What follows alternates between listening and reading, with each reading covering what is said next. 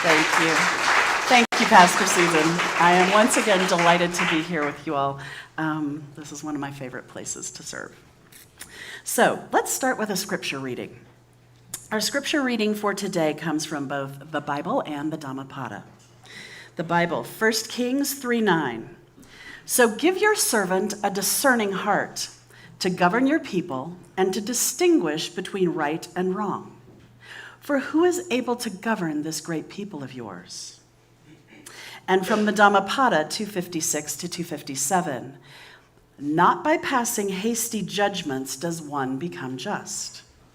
The wise person investigates both right and wrong. He who judges impartially is protector of the truth.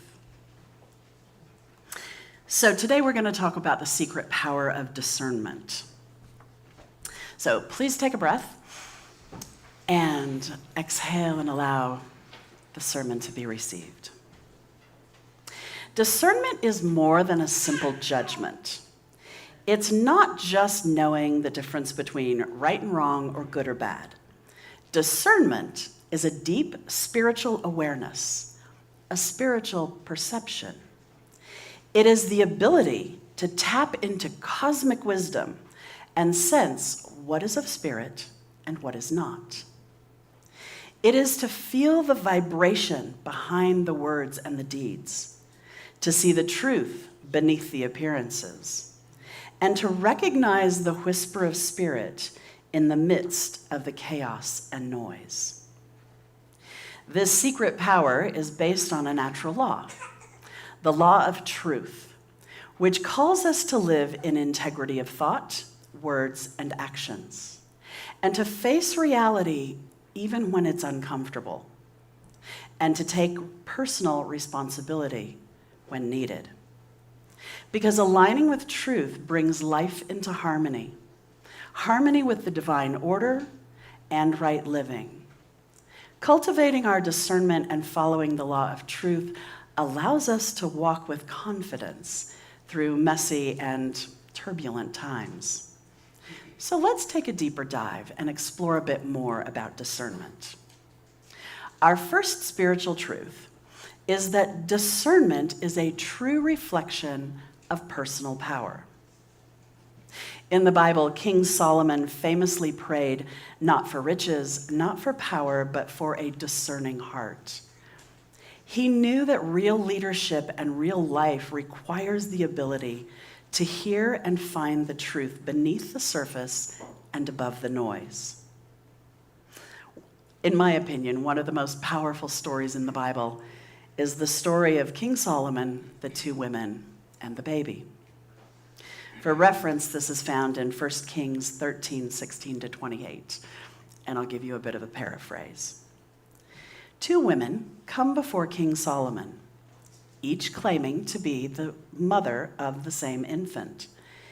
King Solomon calls for a sword and commands that the child be split in two, so that each woman receives half.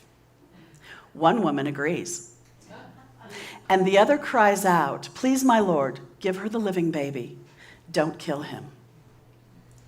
King Solomon discerns the true mother by the compassion of her heart and awards her the child. The people stand in awe, recognizing that God has given Solomon wisdom to administer justice. King Solomon had the discernment to not just listen to what was being said to him, but to look beyond the appearance and see the true heart of a mother. The discernment of King Solomon is something we can also apply in our lives. We don't have to believe everything we hear and see. We can take a pause and exercise our discernment. There's a quote from the Quran, 49:6. "O you who believe, if a wrongdoer brings you news, verify it, lest you harm people in ignorance and become regretful for what you have done." This brings us to spiritual truth number 2. Discernment protects and guides us. We live in a world overflowing with noise and voices, all vying for our attention. social media, the news, advertisements, sometimes even well-meaning friends. And not all of those voices are aligned with spirit. Discernment can be viewed as our spiritual compass. It won't tell you every detail of the journey ahead, but it does allow you to stay in alignment with spirit and pointed towards your own true north. A few years ago, a friend of mine was offered a business opportunity. It looked great on paper, exactly what she had been looking for. But there was something that felt a little bit off. She couldn't quite put her finger on it, so she decided to sit with it before she made a final decision. She prayed, she meditated, she looked over the documents. Logically, this opportunity looked good and made sense. But there was something that didn't feel right, and she couldn't get past it. So reluctantly, she said no and hoped that she hadn't made a mistake. A few months later, she was talking to mutual friends, and they told her that the entire venture had collapsed. She felt sad for her friends who had lost money. It was a lot of money, and she was grateful and relieved she had listened to her inner wisdom and her compass. There's a lovely quote from Carolyn Myss. She says, "Take time to reflect on the power you have to sit back and discern."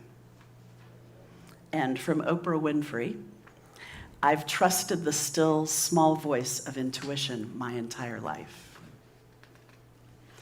So this brings us to spiritual truth number 3. Discernment grows by exercise. Exercising our discernment is like tuning a radio, trying to find the right station. And when you finally find that station, the static clears, and you suddenly hear the music that has been playing all along. The music and wisdom of spirit is always playing, and it's always trying to reach us, and it's always around us.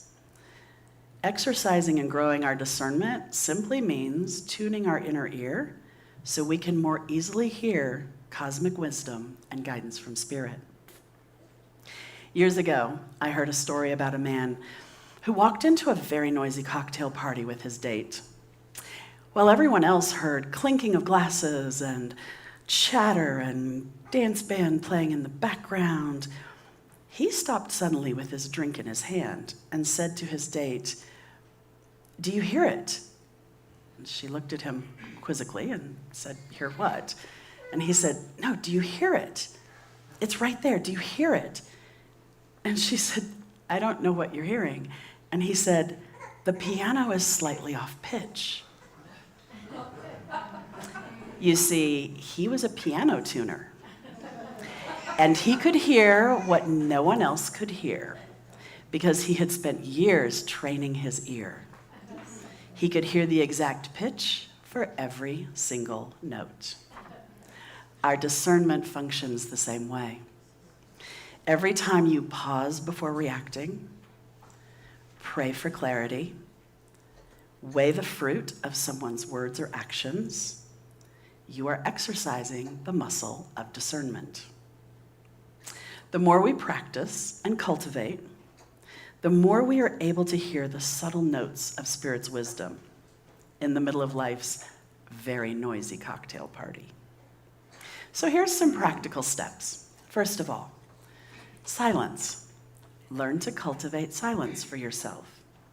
This might be prayer, meditation, perhaps a walk in nature, gardening, woodworking, exercising, whatever it is where you can find that moment of silence. I would encourage you to read scripture and sacred texts, and not necessarily in a marathon sitting. Just grab the book, open it up, and see what appears. Because ancient wisdom helps us form our true north, and it helps us tune up our compass. And reading from a variety of sources can bring unexpected wisdom and insights. The next one is plugging into a community. One of the most valuable ways to sharpen your discernment is to be in the company of others who walk in spirit. Having kind, compassionate discussions can help us find new perspectives and realizations. And then pay attention to the fruit. Jesus said, "By the fruits you will know them."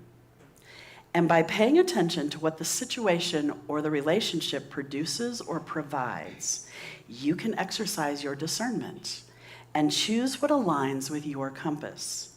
For example, is there peace, love, joy, compassion? Or is there fear, confusion, or division? These are all good examples of being aware and looking for fruit, so that you can cultivate your discernment.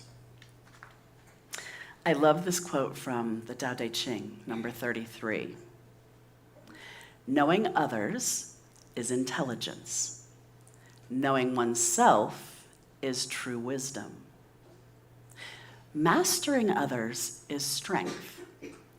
Mastering oneself is true power. Discernment is not just for prophets or leaders. It is for each one of us. It is the quiet superpower that allows us to live wisely, to love deeply, and to walk safely in this world.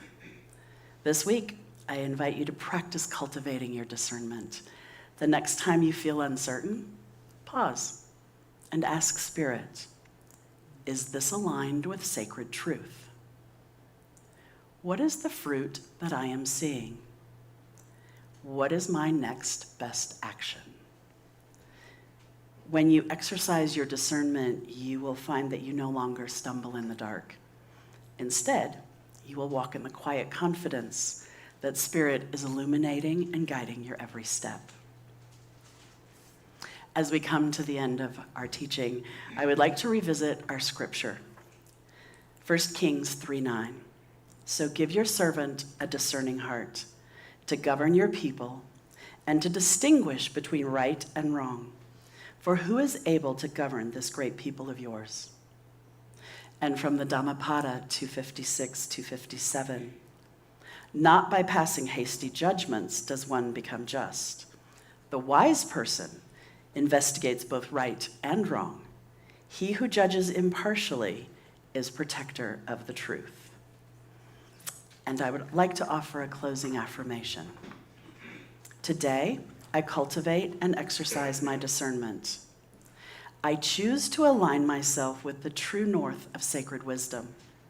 I choose to create a life I love from the inside out, illuminated by the divine.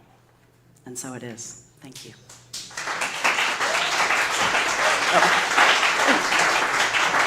Thank you. Thank you.